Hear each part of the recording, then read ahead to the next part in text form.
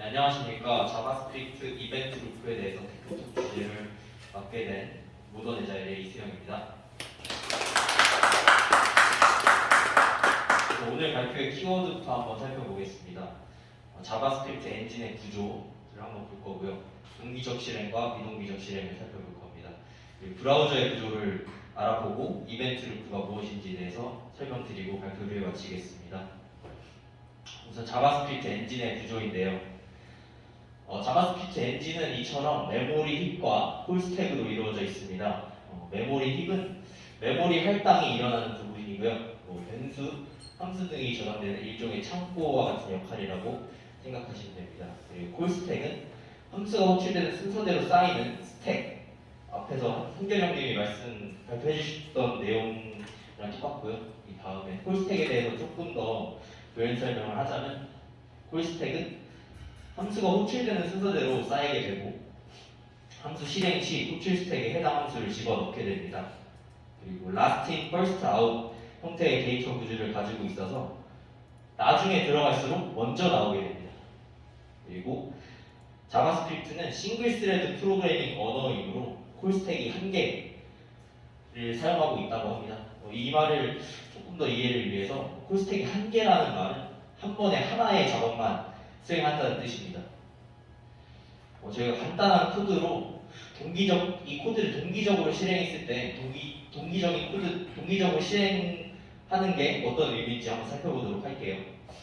이 간단한 코드가 만약에 동기적으로 실행할 경우 콘솔에 어떤 값부터 지키게 될까요? 성재님. 첫 번째요. 네. 그 다음은 뭐가 나올까요? 그리고 모르겠어요.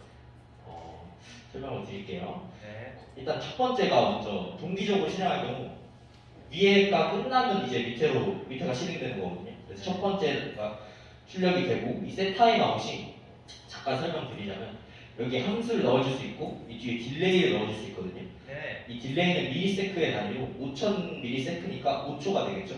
네. 이 딜레이의 시간이 끝나게 되면은 이 안에 있는 함수를 실행하게 됩니다. 그래서 콘솔에 5초의 시간이 흐르고 두 번째가 출력이 됩니다. 그리고 마지막 거인 콘솔로 세 번째가 출력이 되는 거죠. 그리고 이처럼 하나의 동기적 실행은 하나의 요청이 끝나야 다음 요청을 처리할 수가 있게 되는 것입니다. 같은 코드로 만약에 이 코드를 비동기적으로 실행할 경우 이 콘솔에 어떤 순서대로 출력이 될까요? 한겨레 첫 번째, 세 번째, 두 번째요. 맞습니다. 일단 첫 번째가 출력이 되고 세 번째 그리고 약 5초의 시간이 흐르고 두 번째가 출력이 됩니다. 이처럼 비동기적인 실행은 하나의 요청이 끝나지 않더라도 다음 요청을 처리할 수가 있게 됩니다. 잠깐, 근데 자바스크립트 엔진은 콜스택이 한 개라고 했잖아요. 근데 콜스택은 이렇게 들어가고 이 작업이 끝나면 이렇게 나오거든요. 근데 한 번에 하나의 작업만 실행할 수 있어야 하는데 어떻게 비동기적인 코드에서 실제 자바스크립트는 이 코드를 실행하면 비동기적으로 처리를 하거든요. 네. 근데 콜스택이 아까 자바스크립트 엔진의 구조를 보았을 때 힙과 스택으로만 이루어져 있잖아요. 비동기적인 처리가 과연 어떻게 될까? 라고 저는 궁금해서 이 비동기적인 실행에서 콜스택이 어떻게 동작하고 있는지 한번 살펴보도록 하겠습니다. 그래서 콘솔과 콜스택의 내부 구조를 한번 볼게요. 이 코드가 실행을 함에 있어서 일단 콜스택에 콘솔 로그 첫 번째가 쌓이게 되고요. 이 스택에 빠지게 되면서 콘솔의 첫 번째가 출력이 됩니다. 그리고 setTimeout이라는 이 setTimeout이 콜스택에 들어오게 되고 어떤 이유인지 잘 모르겠는데 갑자기 사라지게 됩니다. 그리고 이 마지막이 콘솔 로그 세 번째가 콜스택에 들어오게 되고 콘솔의 세 번째가 출력이 되죠. 그리고 갑자기 콘솔 로그 두 번째가 콜스택에 쌓이게 되고 콘솔의 두 번째가 출력이 되게 됩니다. 과연 setTimeout은 콜스택에서 어디로 사라진 걸까요? 모르겠어요. 이를 이해하기 위해서는 이 자바스크립트 엔진, 스택과 힙으로 이루어진 자바스크립트 엔진에서 저희가 브라우저의 구조로 시각을 넓혀야 합니다. 브라우저에는 이 자바스크립트 엔진이 있고 그리고 웹 API와 콜백 큐, 이벤트 루프라고 비동기 처리를 해주는 이 뒷단의 배경이 있는데요. 이걸 잠깐 설명해 드리면 웹 API는 HTTP 요청, setTimeout 등 비동기 처리를 담당하게 되고요. 콜백 큐는 비동기 처리가 끝난 이후 웹 API에서 비동기 처리가 끝난 이후 실행되어야 할 콜백 함수가 차례대로 콜백 큐에 쌓이게 되는 거죠. 큐에 대해서 잠깐 살펴보면 큐는 first in, first out의 자료 구조로 먼저 들어갈수록 먼저 나오게 되는 이런 형태를 가지고 있고요. 그래서 아까 저희가 이 간단한 코드에서 이 두 번째 비동기 함수가 나왔을 때 이 작업은 오래 걸리는 작업이므로 이 비동기 함수를 맞닥뜨리자마자 폴스텍에서 웹 API로 뒤로 넘겨줘서 이 뒷단에서 작업을 할 수 있게 해주었던 것입니다. 이 비동기적인 실행을 좀 더 자세한 이해를 위해 웹 API와 콜백 큐를 한번 추가해서 한번 이 내부 동작을 한번 살펴볼게요. 처음으로 어나니머스라고 이 코드가 실행이 되면 이 코드의 모든 것을 담고 있는 어나니머스가 콜스택에 쌓이게 된다고 해요. 일단 어나니머스가 콜스택에 쌓이고 콘솔 로그 시작이 쌓이게 됩니다. 콘솔 로그 시작이 스택에서 빠지고 콘솔 시작이 출력이 되죠. 그리고 비동기적인 코드인 setTimeout이 콜스택에 쌓이게 되고 여기서 중요한 점이 이 딜레이 5초 있잖아요. 이 5초는 콜스택에 쌓인 시점의 5초가 아니라 콜스택에서 API로 넘어간 순간부터 5초입니다. 이걸 조금 아셨으면 좋겠고요. 아무튼 콜스택에서 비동기 함수를 비동기 요청이 나오자마자 콜스택에서 웹 API로 보내줘서 비동기 요청 좀 처리해줘 라고 하게 됩니다. 그리고 콘솔로 끝이 콜스택에 쌓이게 되고 콘솔에 끝이 출력이 되죠. 그리고 웹 API에서 5초의 시간이 지난 이후 setTimeout은 웹 API에서 일단 어나니머스가 콜스택에 먼저 빠졌네요. 네. 그리고 이 setTimeout이 5초의 시간이 지난 이후에 웹 API에서 콜백 큐로 넘어가게 됩니다. 그리고 이때 여기서 이벤트 루프의 역할이 나오게 되는데요. 이벤트 루프는 항상 콜스택이 비어있는지 확인합니다. 확인을 하고 콜스택에 아무런 작업이 남아있지 않게 될 때 콜백 큐에 있는 첫 번째 있는 녀석을 위로 올려주게 되죠. 이게 이벤트 루프의 역할이고요. 콜스택에 익명 setTimeout이 들어오게 되고 이 익명 setTimeout에 있던 콘솔 로그 중간이 콜스택에 쌓이게 됩니다. 이 콘솔 로그 중간이 콜스택에서 빠져나오게 되면서 콘솔 로그 중간이 출력이 되는 거죠. 마지막으로 익명 함수도 빠지게 되고 이 코드는 이렇게 실행이 되게 된 것입니다. 아까는 비동기 요청이 한 개였을 때잖아요. 과연 이번에는 두 개의 비동기 요청이 있을 때는 이 내부 동작이 어떻게 이루어지는지 한번 살펴볼게요. 프로미스.den을 이용해서 비동기 요청을 하나 더 만들어줬고요. 이 setTimeout은 딜레이가 0초입니다. 이 코드의 실행이 어떻게 될까요? 용우님? 일단은 시작이 되겠고, 네. 시작 다음에 프로미스 끝 중간. 일단 살펴볼게요. 네, 알겠습니다. 일단 어나니머스가 콜스택에 쌓이게 되고 콘솔 로그 시작이 스택에 쌓이게 됩니다. 그리고 스택에서 시작이 빠지게 돼서 콘솔의 시작이 출력이 되죠. 그런 다음에 setTimeout이 비동기 요청이 setTimeout이 콜스택에 쌓이게 되고 비동기 요청이므로 웹 API로 넘어가게 됩니다. 그리고 연이어 프로미스가 콜스택에 쌓이게 되고 이 또한 비동기 요청이므로 웹 API로 넘어가게 되죠.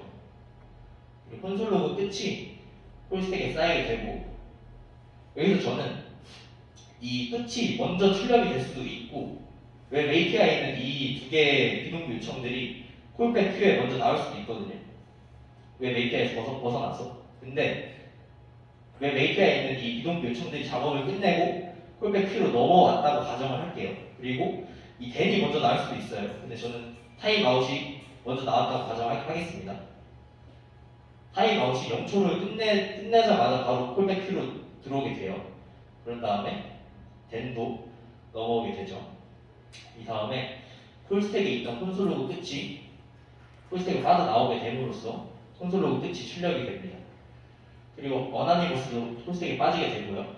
이제 콜스택이 비어있으므로 이벤트 루프는 비어있는 걸 확인해서 콜백 큐에 있는 이 두 개 중에 하나를 올릴 건데요.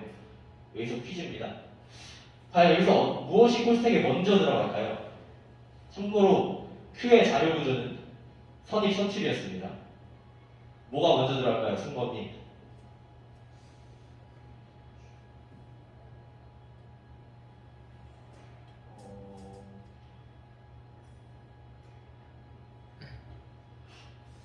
잘 모르겠어요. 일단은 저는 처음에 이렇게 생각했어요. Q의 자료, Q가 먼저 들어온 게 먼저 나가는 구조로 이루어져 있으니까 셋 타임아웃이 먼저 들어왔잖아요. 이게 타임아웃이 먼저 콜스택으로 넘어갈 것이다 라고 생각을 했는데 댄이 먼저 넘어가게 됩니다. 이 이유는 이 뒤쪽에서 좀 설명을 드릴게요.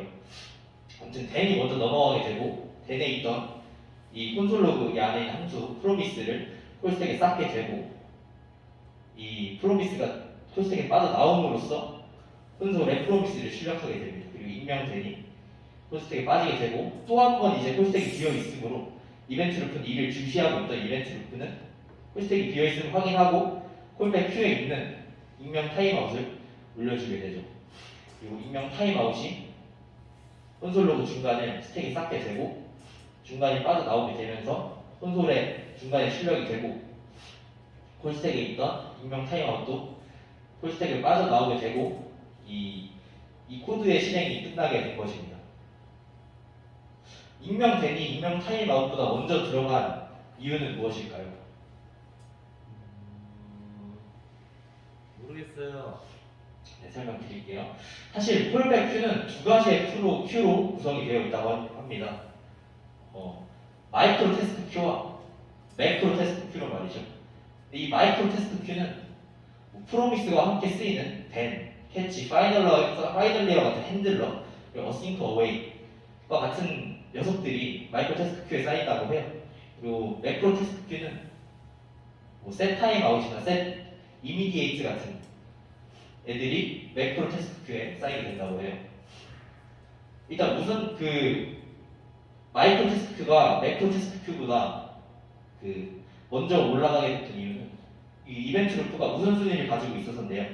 마이크로 테스트 큐를 더 우선순위로 가지고 있었기 때문에 큐의 프로미스와 셋타임아웃이 있을 때 프로미스를 먼저 올리게 된 것이죠. 좀 더 나은 이해를 위해서 웹 API와 이 큐를 두 가지로 나눠서 한번 살펴볼게요. 풀스택에 어나니머스가 들어있고 이 웹 API에서 작업을 마친 이동기 쪽 두 개는 아까 타임아웃부터 먼저 마이크로 테스트에 들어갔으니까 들어가게 되고 익명되니 마이크로 테스트에 들어가게 됩니다. 그리고 어나니머스가 풀스택에 빠지게 되고 풀스택이 비어있으므로 이벤트 루프는 이 두 개 중에 하나를 올리게 되죠.